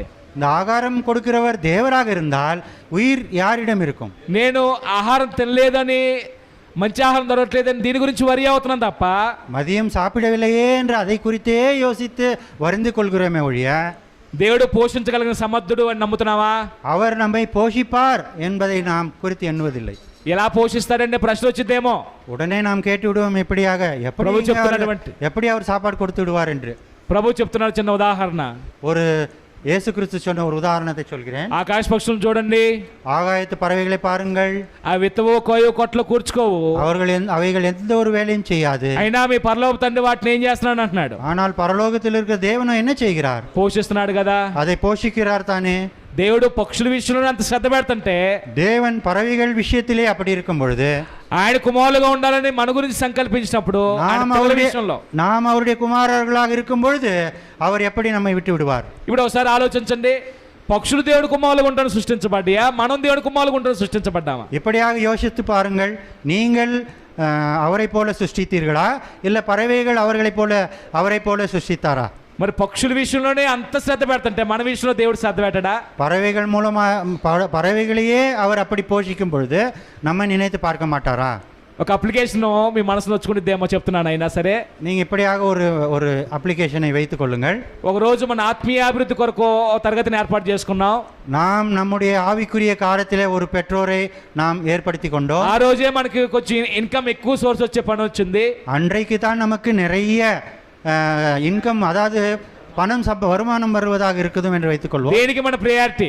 நம்முடைய ప్రాధాన్యత ఎదర్కాக கொடுப்போம்? முதலில் ఆత్మీయ అభివృద్ధి కొరకు ఉపయోగపడే తరగత, నీ ప్రాణానికి ఆధారమైనటువంటి సంపాదన కూర్చుకునే విషయంలో అవకాశమా? ஆவிக்குரிய விஷயத்திலே முன்னேறுகிற காரியத்திற்கு முதலிடம் கொடுப்பீர்களா? మనం అందరి పరిస్థితి శరీరத்திற்கான முதலிடம் கொடுப்பீர்களா? ప్రభు అంటున్నాడు, మొదట మీ ఆయన రాజ్యాన్ని, ఆయన నీతిని వెతకండి, అవన్నీ మీకు అనుగ్రహించబడతాయి. இயேசுவானவர் இப்படி சொல்கிறார், முதலிலே என்னுடைய நீதியை அணுகுங்கள். మొదట నే మాట ప్రత్యేకత సంతరించుకుంది. முதலிலே என்னுடைய வார்த்தையை ஏற்றுக்கொள்ளுங்கள். మొదట చేయాల్సింది ఏంటంటే, முதல் கை போடுவது எதுவென்றால், ఆయన రాజ్య పౌరులు ఆయన నీతిని వెతికేవారు, அவருடைய ராஜ்யத்திலே நீதியை ఆయన పరిపాలనలో ఆయన ఏం చెప్తున్నాడో అది జరిగించాలి. அவருடைய ஆளுகையிலே அவர் என்ன சொல்கிறாரோ அதன்படி நடக்க வேண்டும். అయితే ఈ విషయంలో మనమందరం బలహీనగా ఉన్నామనేది ఒకసారి ఆలోచించుకోవాలి తరుణం. நாம் இப்படியாக நம்மை நாமே சோதித்து அறிகிறவர்களாக இருக்க வேண்டும். இந்த காரியத்திலே நாமே பின்னுக்கு போகிறோமா என்று. இரண்டாவது, మొట్టమొదటి చూసింది ఏంటంటే, முதலாவது பார்த்தது యేసుక్రీస్తుకి ఏలుబడిలో దేవునితో మనకి ఎలాంటి సంబంధం ఏర్పడిందో చూసినాం. இயேசு கிறிஸ்துவின் ஆளுகையிலே தேவனோடு நமக்கு இருந்த சம்பந்தத்தை பார்த்தோம். యేసుక్రీస్తు ఏలుబడిలో మానవులకి మధ్య ఎలాంటి సంబంధ బాంధం ఏర్పడిందో చూద్దాం. இப்பொழுது பார்க்க போகிறோம் இயேசு கிறிஸ்துவின் ஆளுகையில் மனுஷனுக்கும் இருக்கிற சம்பந்தத்தை பார்க்க போகிறோம்.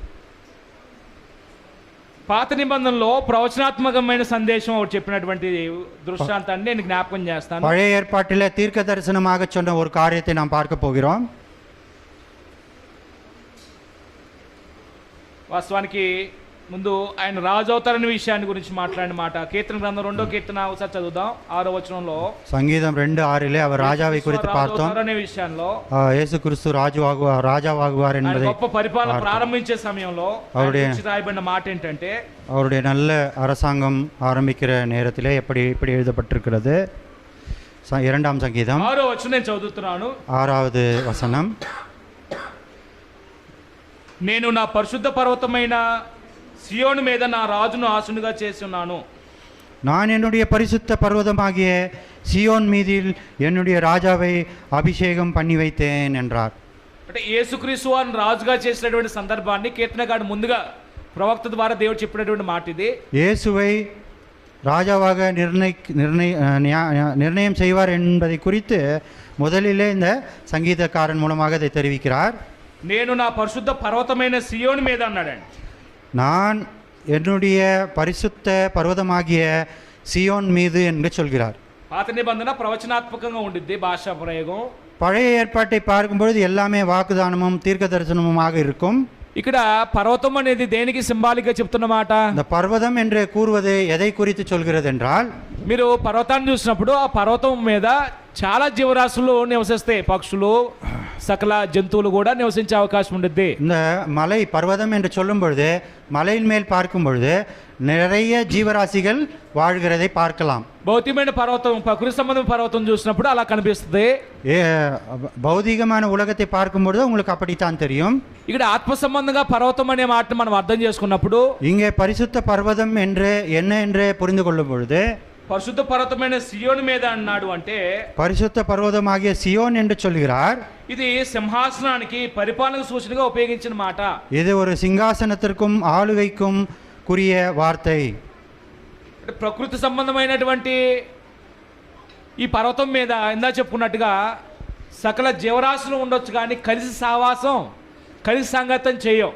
இங்கே உலக பிரகாரமாக பர்வதத்தை மலையை பார்க்கும் பொழுது நிறைய விதமான மிருகங்கள் அங்கே சகவாசம் செய்யும், ஆனால் ஒன்றோடு ஒன்று இணைந்திருக்காது. యేసుక్రీస్తు ద్వారా ఏర్పడినటువంటి ఆత్మ సంబంధమైన సంఘంలో, இயேசு கிறிஸ்துவால் உருவாக்கப்பட்ட సభయానది, యేసుక్రీస్తు వారిని ఈ పరిశుద్ధ పర్వతమైన సియోను మీద రాజుగా ఆసనం చేసిన తర్వాత, இயேசு கிறிஸ்துவை இந்த பரிசுத்த பர்வதமாகிய சியோன் மேலே అభిషేకం பண்ணும்போது యేసుక్రీస్తు యొక్క అధికారం కింద మనుషుల యొక్క జీవిత విధానాన్ని యెషయా ప్రవక్త చెప్పాడు. இயேசு கிறிஸ்துவனுடைய ஆளுகையின் கீழ் இருக்கிறதை குறித்து ஐசையாவிலே இப்படி சொல்கிறார். మీరు 2వ అధ్యాయము 4వ వచనం చదివినా, 2:4 ஐசையாவை படிக்கும் பொழுது, 11వ అధ్యాయము 6-9 వచనం చదివినా ఆ విషయాలు మనకి కనబడతాయి. 11:9 ஏசாயாவிலே பார்க்கும் பொழுது அதே குறித்து இருக்கும். సమయపాలన బట్టి యెషయా గ్రంథం 11వ అధ్యాయం చదువుతున్నాను నేను, ఒకసారి ఆలకించండి. இப்பொழுது நாம் எல்லாம் செல்ல போகிறோம் 11ஆம் அதிகாரம் ஐசையாவுக்கு. క్రీస్తు పాలనలో మానవ సంబంధాలు ఎలాంటి విధానంలో ఉంటాయో ప్రవక్త ద్వారా దేవుడు చెప్తున్నాడు. அவருடைய தீர்க்கதரிசி மூலமாக இப்படியாக சொல்கிறார். ఓ పర్వతం ఉంది, ఇక్కడ ஒரு மலை இருக்கிறது. ఆ పర్వతం మీద గొర్రెలు, మేకలు, సింహాలు, క్రూర జంతువులు, తోడేలు ఇలాంటివి అన్నీ ఉన్నాయి. அந்த மலையின் மேல் சகலவித மிருகங்கள் எல்லாம் இருக்கிறது. ఆ పర్వతం మీద అన్ని జీవరాశులు ఉండొచ్చు. அந்த மலையின் மேல் எல்லா விதமான மிருகங்கள் இருக்கலாம். ప్రకృతి సంబంధమైన భౌతికమైన పర్వతం మీద, அந்த ఉలగத்துக்கு సంబంధமான அந்த மலையின் மேல் ఆ జీవరాశులన్నీ కలిసి ఉంటాయి, కానీ కలిసి సాంగత్యం చేయవు. పర్వతం మీద ఉంటాయి కానీ కలిసి సహవాసం చేయో. அந்த மலையின் மேல் சகலவித மிருகங்கள் எல்லாம் இருக்குமே ஒழிய அதெல்லாம் ஒன்றோடு ஒன்று சேர்ந்து இருக்காது. நீங்கள் பார்த்தீர்களா? ఎప్పుడైనా అలాంటి తంతు గమనించారా? நீங்க அதை குறித்து யாராவது ఇక్కడ பார்த்திருக்கிறீர்களா? ఒక విచిత్రమైనటువంటి సంభాషణ, విచిత్రమైనటువంటి సంగతి ఇక్కడ ప్రవక్త చెప్తున్నాడు. చూడండి இங்கே ఏమంటాడంటే, ஐசையா தீர்க்கதரிசி ஒரு விசித்திரமான ஒரு தீர்க்கதரிசனத்தை இங்கே குறிப்பிடுகிறார். తోడేలు గొర్రెపిల్ల యొద్ద వాసం చేయును. என்னது பிரதர்? 6వ వచనం నేను చదువుతున్నాను. 6வது வசனம் 11వ అధ్యాయం 6వ వచనంలో 11:6. అంటే మెస్సియా రాజైన రాజ్యంలో ఆయన పరిపాలన కింద మానవులు ఎలాంటి జీవితం జీవిస్తారో, இயேசு கிறிஸ்து ராஜான பிறகு அவருடைய ஆளுகையிலே வாழ்கிறவர்கள் எப்படி இருப்பார்கள் என்பதை குறித்து பார்க்கிறோம். తోడేలు గొర్రెపిల్ల యొద్ద వాసం చేయును, அப்போது ஓனாய் ஆட்டுக்குட்டியோடு தங்கும், చిట్టుపులి మేకపిల్ల యొద్ద పండుకొనును, புலி வெள்ளாட்டுக்குட்டியோடு படுத்துக்கொள்ளும், దోడయు కొదమ సింహమును పెంచబడిన కోడియు కూడుకొను, கன்றுக்குட்டியும் பாலசிங்கமும் காளையும் ஒருமித்திருக்கும், వాళ్ళు వాటి తోలును, ஒரு சிறு பையன் அவைகளை நடத்துவான், ఆవులు ఎలుగుబంట్లు కూడిమేయును, பசுவும் கரடியும் கூடி மேயும், వాటి పిల్లలు ఒక చోటనే పండుకొనును, அவைகளின் குட்டிகள் ஒருமித்து படுத்திருக்கும், ఎద్దు మేయినట్లు సింహం గడ్డి మేయును. சிங்கம் மட்டும் போல் வைக்கோல் தின்னும், மாட்டு வைக்கோல் தின்னும். ఈ వచనాలు చదువుతున్నప్పుడు సాధ్యాలను ఒకసారి పరిశీలన చేస్తే, நினைத்து பாருங்கள், இதை படிக்கும் பொழுது இப்படியாக நடக்குமா? తోడోలు గొర్రెపిల్ల కలిసి నివసిస్తాయా? ஆட்டுக்குட்டியும் ஓனாயும் ஒன்றாக இருக்க முடியுமா? తోడేల యొక్క స్వభావం వేరు, గొర్రెపిల్ల యొక్క స్వభావం వేరు. ஓனாயினுடைய எண்ணம் வேறு, ஆட்டுக்குட்டியினுடைய எண்ணம் வேறு. గొర్రెపిల్ల సాధుత్వం కలిగింది, తోడేలు క్రూరత్వం కలిగింది. ஆட்டுக்குட்டி ஒரு சுறுசுறுப்பானது, ஓனாயோ ஒரு கெட்ட புத்தி இருக்கிறது. அது తోడేలు ఎప్పుడు గొర్రెను తినేసేయాలని చూస్తూ ఉంటది. இந்த ஓனாயானது எப்போதுரா இந்த ஆட்டுக்குட்டியை சாப்பிடலாம் என்று இருக்கும். కానీ ఒక అద్భుతమైన సంగతి ఏంటంటే, తోడేలు గొర్రెపిల్ల యొద్ద వాసం కలిసి నివసిస్తాయి అంట. ஆனா இங்கே ஒரு வித்தியாசமான நிலை பாருங்கள், ஓனாய் ஆட்டுக்குட்டியோடு தங்குமாம். అంతేకాదు, చిరుతపులి మేకపిల్ల యొద్ద పండుకొను అన్నాడు. அது மாத்திரமல்லாமல் புலி வெள்ளாட்டுக்குட்டியோடு படுத்துக்கொள்ளும், దోడయు కొదమ సింహములు పెంచబడును అన్నాడు. கன்றுக்குட்டியும் பாலசிங்கமும் காளையும் ஒருமித்திருக்கும், బాలుడు వాటి తోలును అంటున్నాడు. ஒரு சிறு பையன் அவைகளை పిల్లవాడు సింహాన్ని நடத்துவான். తోలుతాడు అంట. ஒரு అసలు ఇవి ఊహించడానికి ఎలా కనిపిస్తున్నాయి? நீங்கள் నిனைத்து పారుங்கள், இதெல்லாம் நடக்கிற காரியமா? ஒரு சிறுவன் ஒரு சிங்கத்தை நடத்த முடியுமா? సాధ్యమవుతాయి అంటారా? நடக்குமா காரியமா? நடக்கிற ప్రకృతి காரியமா? సంబంధమైనటువంటి భౌతిక సంబంధమైన పర్వతాల మీద సాధ్యమవుతాయా? ஒரு உலக பிரகாரமான காரியம் இப்படி நடக்க கூடுமா? సాధ్యమయ్యేది కాదండి. அப்படி நடக்க முடியாது. కానీ ఏదో మార్పు జరిగితే మాత్రం, ஆனால் இங்கே ஏதோ ஒரு மாற்றம் நமக்கு காண்பிக்கிறது. సృష్టిలో నూతనత్వం జరిగితే మాత్రం సాధ్యమవుతాయి. சிருஷ்டியிலே ஒரு புதிதான விஷயம் ஏதாவது நடந்தால் இப்படி நடந்திருக்கலாம். మీరు 2 కొరింథీ పత్రిక 5:17 వచనం ప్రకారంగా, 2 కొరింథీయர் 5:17 பிரகாரமாக క్రీస్తునందున్న వాడు నూతన సృష్టి అన్నాడు. கிறிஸ்துவினுள் இருக்கவன் புதிய சிருஷ்டி என்கிறார். ఇదిగో పాత గతించిన సమస్తం నూతనమైనవి అంటాడు. பழையதை விட்டு புதியை தரித்தவன் என்று சொல்கிறார். ఏమి నూతనత్వం రావాలి ఇక్కడ? எந்த புதிய மனுஷன் வர வேண்டும்? బాప్తిసం పొందిన నాలో ఏమి నూతనత్వం రావాలి? ஞானசானம் பெற்ற நான் எந்த புதியதை நான் కடைபிடிக்க வேண்டும்? ఎందుకు చెప్పుకుంటున్నాం? మనం మార్పు రావాల్సింది భౌతికమైన రూపంలో కాదు, நாம் இப்படியாக சொல்கிறோம், అంతరంగం నుంచి రావాలి. நமக்கு மாற்றம் தேவை. எப்படி என்று, ఒకవేళ నేను క్రూరమైన స్వభావం కలిగిన వాడిని, நான் ஒருவேளை கொடூரமானவனாக இருக்கலாம், ஓனாய் போல இருக்கலாம். ఈ క్రూరమైన స్వభావం కలిగిన వ్యక్తి సువార్త విని ప్రభు యొక్క సంఘంలోకి వస్తే, ஓனாய் போல குணமுள்ளவன் சபைக்குள்ளாக வந்தால், వాస్తవానికి నా మాట అలాగనే ఉండొచ్చు, என்னுடைய பேச்சு அப்படியாக இருக்கலாம். నా మాటకి గబ్రియల్ గారి మాటని మీరు వ్యత్యాసం చూడండి ఒకసారి. என்னுடைய பேச்சுக்கும் சகோதரர் கேப்ரியல் அவருடைய பேச்சுக்கும் ఆయన మాట చాలా మృదుత్వంగా ఉంది, அவர் பேசுவதில் மென்மை இருக்கிறது. నా మాటలో కొన్ని సందర్భాలు క్రూరత్వంగా రావచ్చు, என்னுடைய வார்த்தையிலே கொஞ்சம் கடின